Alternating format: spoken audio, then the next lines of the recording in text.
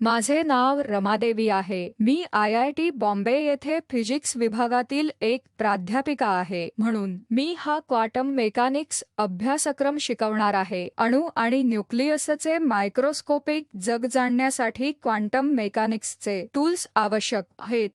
या quantum mechanics कोर्सची मुख्य थीम डायरेक्ट ब्रॅकेट नोटेशन्सना एक्सपोजर देणे आहे. ऑपरेटर, फॉर्मलिझम आणि हार्मोनिक ऑसिलेटर आणि हायड्रोजन एटम स्पेक्ट्रममध्ये त्यांचे ॲप्लिकेशन यावर मुख्य भर दिला जाईल. प्रत्येक 4 व्याख्यानानंतर माझे सहकारी जय मोरे यांचे एक प्रशिक्षण सत्र असेल जे काही समस्यांवर तपशीलवार चर्चा करतील. आम्ही अपलोड करत असलेल्या थेरी लेक्चर्सचे ॲप्लिकेशन्स समजण्यासाठी प्रेक्षकांना याचा फायदा होईल. आम्ही प्रत्येक व्याख्यानाच्या आधी व्हिडिओच्या PDF आणि PPT फाइल्स अपलोड करू जेणेकरून या फाइल्स समजून घेण्यासाठी उघडता येतील. पहिली 2 पुस्तके ही संदर्भासाठी आहेत. तिसरा पुस्तक संदर्भ म्हणून ठेवला जाऊ शकतो. ते खरोखर एक पॅड पुस्तक आहे म्हणून मी ते एका संदर्भ पुस्तकासारखे मानेन. त्यात सर्व काही आहे. पण मी तुम्ही वापरलेला पहिला पुस्तक ग्रिफिथ्स आणि दुसरे पुस्तक साकुराईला प्राधान्य देईन. आम्ही हळूहळू साकुराई देखील वापरू. शंकर ते तुम्ही संदर्भ म्हणून वापरू शकता. ठीक, म्हणून ही योजना आहे. तुम्ही तुमच्या पहिल्या वर्षात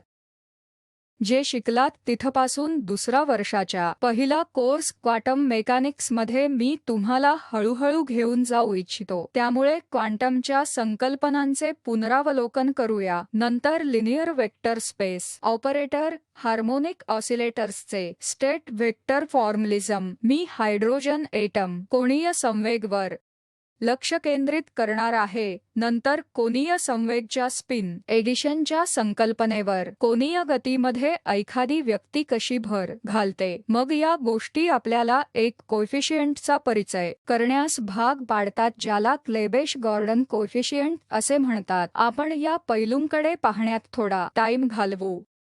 तर या मुख्य गोष्टी आहेत ज्या पूर्ण केल्या जातील. तेथे काही किरकोळ असतील. तर परिचय सुरू करण्यापूर्वी तुम्हाला क्वांटम का करायचे आहे हे आपण आपल्या पहिल्या वर्षाच्या अभ्यासक्रमात पाहिले आहे की क्लासिकल कल्पनांच्या मर्यादा आहेत. तर पहिला काय आहे? तुम्ही मायक्रोस्कोपिक जग पाहिले आहे. अनेक प्रयोग आपण न्यूटन्सचा नियम किंवा कोणताही क्लासिकल नियम वापरून स्पष्ट करू शकत नाही. म्हणून आपण पहिला विषय जो ब्लॅक बॉडी स्पेक्ट पाहिला असेल ती म्हणजे प्लँक्स नियम, ज्याने आपल्याला ब्लॅक बॉडी स्पेक्ट्रममधील सर्व बिंदू निश्चित करण्यात मदत केली. सगळे माझ्याबरोबर आहेत. आणि मग फोटोइलेक्ट्रिक इफेक्ट क्लासिकल नियमांचा वापर करून स्पष्ट केला जाऊ शकत नाही. बीम जितका तीव्र असेल तितका अधिक फोटोइलेक्ट्रिक करंट वाहील हे तितके योग्य नाही. तर दुसरी गोष्ट म्हणजे स्कॅटरिंग, ज्याला इलेक्ट्रॉन्ससह फोटॉन्सचे कॉम्प्टन स्कॅटरिंग असे म्हणतात. वेव्हलेंथ कशी बदलते हे देखील आपण पाहिले आहे. आणि या गोष्टी केवळ क्वांटम कल्पना वापरून स्पष्ट केल्या जाऊ शकतात, क्लासिकल कल्पना वापरून नाही. त्यामुळे मुख्य महत्त्वाची एक गोष्ट जी फोटॉनच्या क्वांटम पैलूंच्या 3ही पैलूंमध्ये आहे ते काय आहे? युनिव्हर्सल प्लँक कॉन्स्टंट आहे.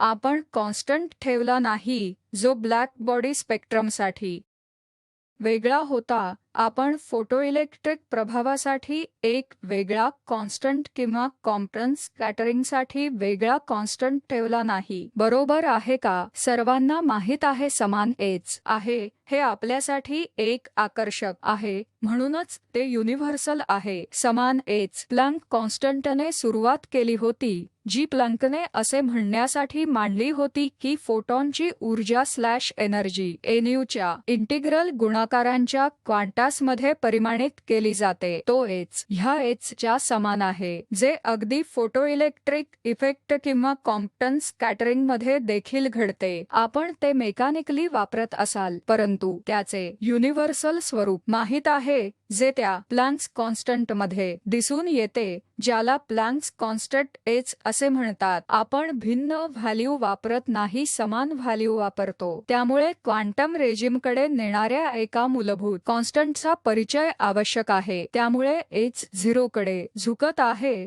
ही एक लिमिट आहे जिथे आपण क्लासिकलकडे जाण्यास सुरुवात करता. म्हणून एच हा 0 च्या समान नाही, तो 1 आहे, ज्याला आपण क्वांटम प्रणाली असे म्हणतो. त्यामुळे हे आपल्याला प्लँक्स इक्वेशन EHNU च्या समान आहे हे देखील परिचित आहे आणि वस्तुमानहीन पार्टिकलसाठी आइन्स्टाईनची रिलेटिव्हिस्टिक ऊर्जा एनर्जी वापरू शकता. ते काय आहे? EPC च्या समान आहे आणि फोटॉनचा मोमेंटम h/λ लिहू शकता. प्रत्येक जण याच्याशी परिचित आहे. तर वस्तुमानविहीन फोटॉनसाठी EPC च्या समान आहे, जे HNU आहे. ते दृश्यमान आहे का? आणि येथून आपण p हे HNU/c समान आहे, जे h/λ लिहू शकतो. हे PC च्या समान आहे. हे पहिला समीकरण हे वस्तुमानहीन आइन्स्टाईन ऊर्जा एनर्जी मोमेंटम रिलेटिव्हिस्टिक इक्वेशनसाठी आहे आणि प्लँक हायपोथेसिस EHNU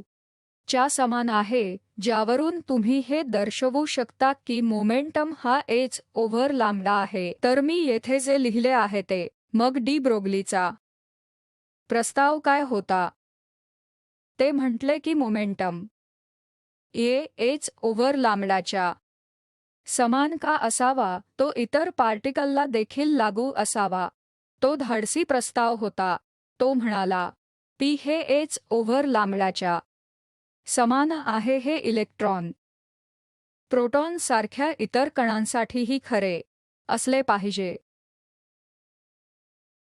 पण EPC च्या समान आहे हे योग्य नाही. परंतु आपण मोमेंटम हे h/λ लिहू शकतो. हे डी ब्रोग्ली हायपोथेसिस आहे. याचा अर्थ असा की इतर पार्टिकलशी संबंधित वेव्हलेंग्थ त्यांना वेव्ह मानतात. p हे h/λ च्या समान हा एक महत्त्वाचा पॉइंट आहे, जो आपल्याला सांगतो की आपण कोणत्याही वस्तूकडे पार्टिकल रूपात पाहू शकता. पार्टिकलकडे पाहिल्यावर आपण मोमेंटम बद्दल बोलू शकता. जर आपण वेव्ह पाहिलात तर आपण वेव्ह लेंथबद्दल बोलाल आणि हे इक्वेशन जे दोन्हीशी संबंधित आहे. त्यामुळे हा डी ब्रोग्लीचा धाडसी प्रस्ताव आहे. पदार्थ लहरींच्या वेव्हलेंथच्या इक्वेशनने फोटॉन मोमेंटमच्या समान समीकरणांचे पालन केले पाहिजे. त्यामुळे पदार्थ लहरी एकदा का तुम्ही पदार्थ लहरींकडे पाहण्यास सुरुवात केली की त्या ऑर्बिटमध्ये फिरताना पाहू शकता आणि वर्तुळाकार ऑर्बिटकडे कन्स्ट्रक्टिव्ह इंटरफरन्स करून पाहू शकता. आणि कन्स्ट्रक्टिव्ह इंटरफरन्स आपल्याला वेव्हसाठी एक कंडिशन देईल, जसे की परिघ हा लॅम्ब्डाच्या इंटिग्रलच्या पटीत समान असेल. आणि एकदा तुम्ही लॅम्ब्डासाठी डी ब्रोग्ली प्रस्ताव सबस्टिट्यूट केला की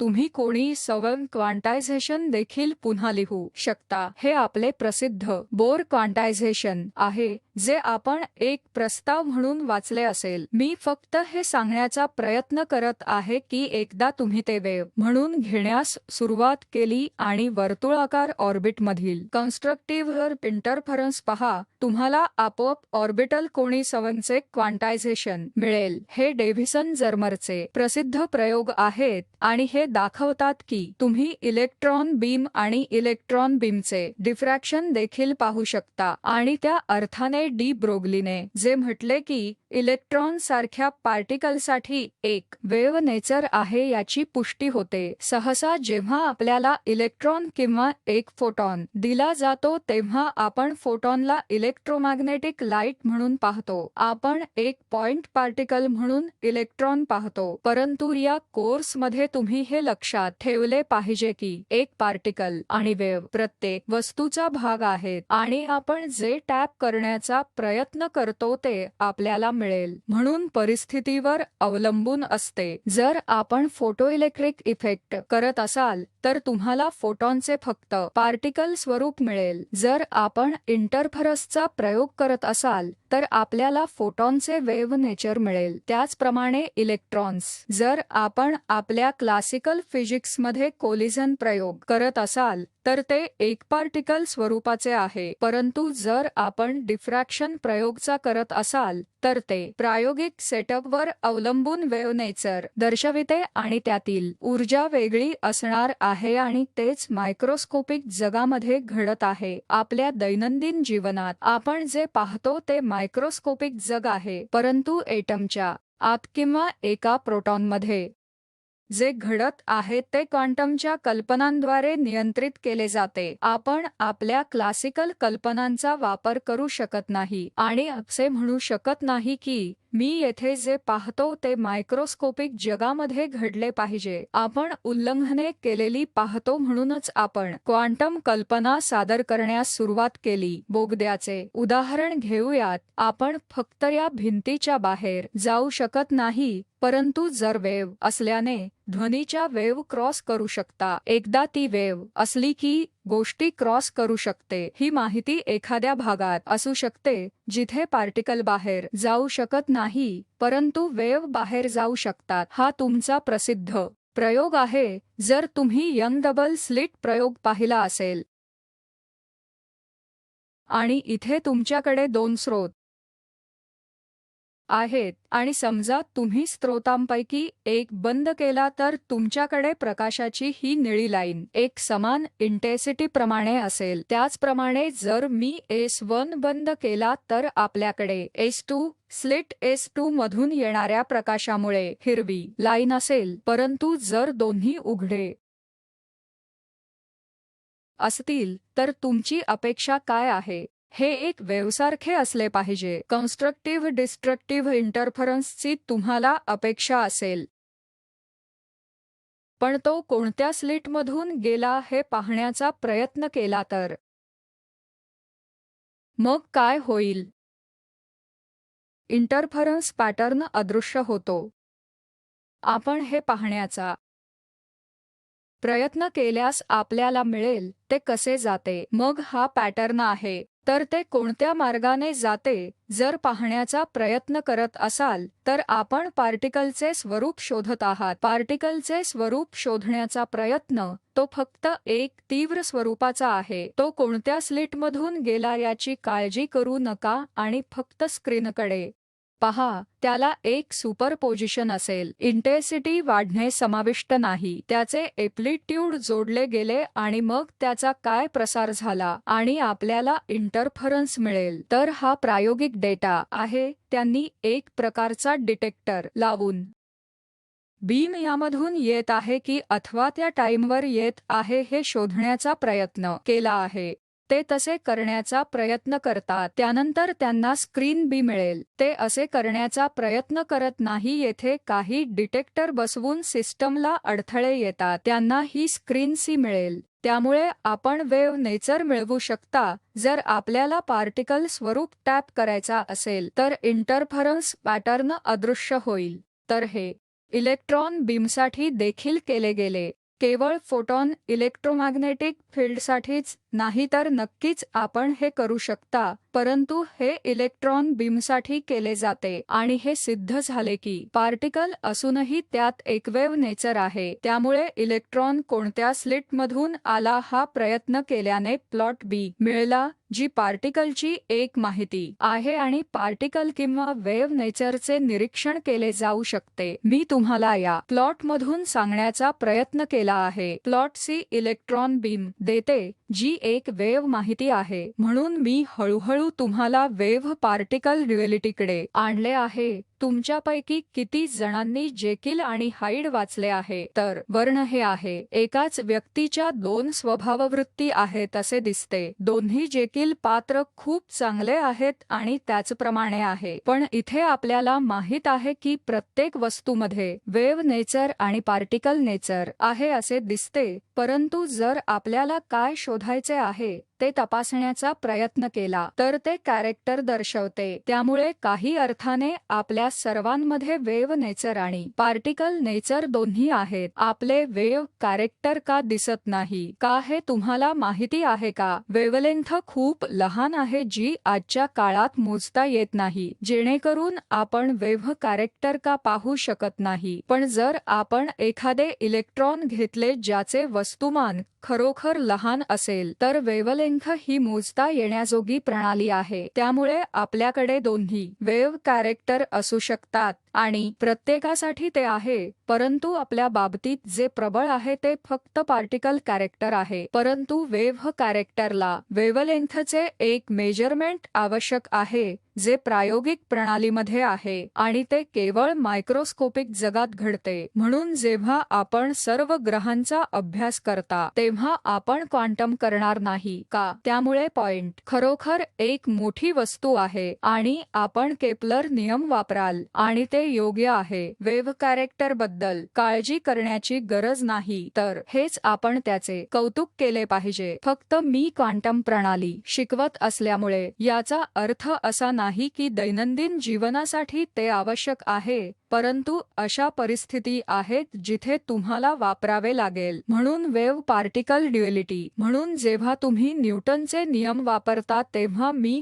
हळूहळू क्लासिकल मेकॅनिक्स घेत आहे. आपण सर्व न्यूटनचे नियम लिहा. इथे आपण काळजी करू नका. आपल्याकडे पोझिशन आणि मोमेंटम साठी एकाच वेळी मूल्ये असू शकतात. पहिले इक्वेशन किंवा दुसरे इक्वेशन s बरोबर ut plus half gt square लिहिता किंवा हाफ स्क्वेअर लिहिता तेव्हा तुम्हाला पोझिशन आणि मोमेंटम दोन्ही माहित असते. असे नाही की जर तुम्हाला पोझिशन माहित असेल तर तुम्हाला मोमेंटम माहित नाही आणि वेलोसिटी किंवा मोमेंटम मोजू शकता. म्हणूनच हा एक अतिशय महत्त्वाचा पॉइंट आहे की x आणि p एकाच वेळी आपल्या क्लासिकल नियमांमध्ये आढळू शकतात. इक्वेशन म्हणजे न्यूटनचा नियम. न्यूटन्सच्या नियमामध्ये तुमचे उद्दिष्ट काय आहे? तुम्ही x हे p चे फंक्शन म्हणून निर्धारित केले की तुमच्याकडे p d चे फंक्शन dy dt म्हणून x असेल तर आपल्याला मोमेंटम मिळेल. आपण क्वांटम मायक्रोस्कोपिक जगात गेल्यावर परिस्थिती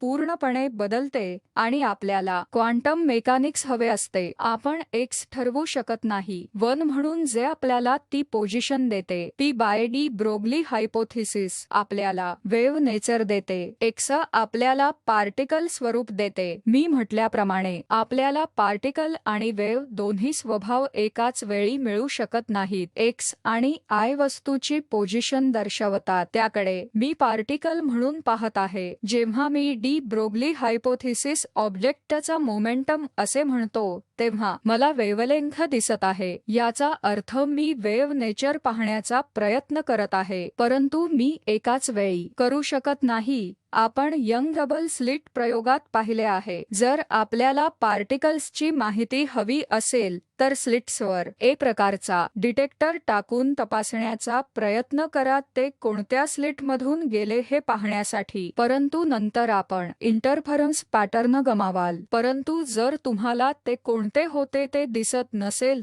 तर तुम्हाला वन इंटरफरन्स पॅटर्न मिळेल. आपण जाऊ शकत नाही आणि ते कोणत्या माध्यमातून गेले आणि इंटरफरन्स पॅटर्न ते शक्य नाही. ते बरोबर आहे का? x आणि p एकाच वेळी ठरवता येत नाही. ही एक महत्त्वाची गोष्ट आहे जी मी आधीच्या स्लाइड्सवरून प्रेरित करण्याचा प्रयत्न केला आहे. मेकॅनिकल आपल्या अभ्यासक्रमांमध्ये शिकता पूर्वीचे अभ्यासक्रम जे प्रसिद्ध हायझेनबर्ग अनसर्टेनिटी प्रिन्सिपल आहे, ज्याने पोझिशन आणि मोमेंटम अचूकपणे मोजता येत नाही. तर इथे क्लासिकल मेकॅनिक्स मधील न्यूटनचे नियम हे इक्वेशन आहे. क्वांटम मेकॅनिक्स मध्ये आपल्याला जे इक्वेशन सोडवायचे आहे ते श्रोडिंगर इक्वेशन आहे आणि श्रोडिंगर इक्वेशनची एक मुख्य थीम म्हणजे वेव्ह फंक्शनचे सोल्युशन शोधणे किंवा त्याला प्रोबॅबिलिटी प्रोबॅबिलिटी देखील म्हणतात. वन डायमेन्शन मध्ये साय हे एक्सचे फंक्शन म्हणून लिहिले जाते. हे टाइमवर डिपेंडंट असू शकते. हे एक कॉम्प्लेक्स जनरल आहे, ते कॉम्प्लेक्स असू शकते आणि ज्याचा मॉड्यूलस स्क्वेअर आपल्याला प्रोबॅबिलिटी देईल. असे काहीतरी जे आपण आपल्या पहिल्या वर्षात शिकलात. तर हा क्लासिकल मेकॅनिक्स आणि क्वांटम मेकॅनिक्स मधील फरक आहे. क्लासिकल मेकॅनिक्स कोर्स आपण करत असताना आपण या प्रणालीमध्ये असाल. आता क्वांटम मेकॅनिक्स कोर्समध्ये आपण या सेटिंगमध्ये असाल. म्हणून परिचित श्रोडिंगर इक्वेशन डाव्या बाजूला मी लिहिलेले आहे. हे टाइमच्या संदर्भात पार्शियल डेरिव्हेटिव्ह आहे आणि इथे उजव्या बाजूला मी ऊर्जा स्लॅश एनर्जी ऑपरेटर किंवा हॅमिल्टनियन लिहिले आहे, जे पोझिशनचे डबल डेरिव्हेटिव्ह म्हणून पुन्हा लिहिले जाऊ शकते. मी हे फक्त सोपे करण्यासाठी वन डायमेन्शन मध्ये लिहिले आहे. व्ही ही पोटेन्शियल एनर्जी आहे जी पार्टिकल्सच्या दिशेने आहे आणि xt चे साय शोधण्यासाठी हे इक्वेशन सोडवायचे आहे जे वेव्ह फंक्शन आहे. तर हा विषय आहे, हे इक्वेशन आहे आणि आपल्याला त्याचा प्रस्ताव माहित आहे. हे इक्वेशन काही सूचक मार्ग आहेत ज्यामध्ये आपण त्यांच्या इलेक्ट्रोमॅग्नेटिक वेव्ह पाहून ते मिळवू शकतो आणि मग आम्ही एक नॉन-ट्रिव्हियल पोटेन्शियल एनर्जीसाठी प्रस्तावित करतो आणि ते म्हणजे श्रोडिंगर इक्वेशन आणि अनेक प्रायोगिक वक्र, अनेक प्रायोगिक डेटा. हे सर्व हेच वापरून स्पष्ट केले आहेत. याचा अर्थ हे इक्वेशन अचूक असले पाहिजे. हे बरोबर आहे. न्यूटनच्या नियमाप्रमाणे जेव्हा आपण अनेक गोष्टींची पडताळणी करण्याचा प्रयत्न करता तेव्हा कोणतेही उल्लंघन होत नाही. त्याच प्रकारे श्रोडिंगर इक्वेशन देखील उपयुक्त आहे. तर सारांशासाठी मी ते एक फ्लो चार्ट म्हणून ठेवेन. आपण प्रकाशाचे दुहेरी स्वरूप पाहिले आहे. लाईट ही सामान्यत वेव्ह असते, परंतु आपण पार्टिकलचे स्वरूप ब्लॅक बॉडी रेडिएशन, फोटोइलेक्ट्रिक प्रभाव आणि कॉम्प्टन प्रभावातून पाहू शकतो. सामान्यतः पार्टिकल हे पार्टिकल असतात. आपण पार्टिकलच्या वेव्ह नेचरकडे पाहू शकतो. त्यांना मॅटर वेव्ह किंवा ब्रोग्ली वेव्ह असे म्हणतात. त्यांना स्पष्ट करण्यासाठी आपण डिफ्रॅक्शन प्रयोग, अनसर्टेनिटी प्रिन्सिपल पाहू शकतो. आपण विविध वेव्हचे सुपरपोजिशन देखील पाहू शकतो. वेव्ह पॅकेट पाहण्यासाठी तुम्ही ग्रुप व्हेलॉसिटी पहा. तर पार्टिकलच्या वेव्ह नेचरकडे पाहण्याचे हे मार्ग आहेत आणि श्रोडिंगर इक्वेशन हे इक्वेशन आहे जे मॅटर वेव्हचे वर्णन करते आणि काही संकल्पना ज्यांचा आपण आधीच अभ्यास केला असेल. अपेक्षित व्हॅल्यू शोधण्याची प्रोबॅबिलिटी म्हणून किंवा त्यांना पोझिशन मोमेंटम, ऊर्जा स्लॅश एनर्जीची सरासरी मूल्ये देखील म्हणतात. तर हे क्वांटम मेकॅनिक्स आहे आणि आपण हे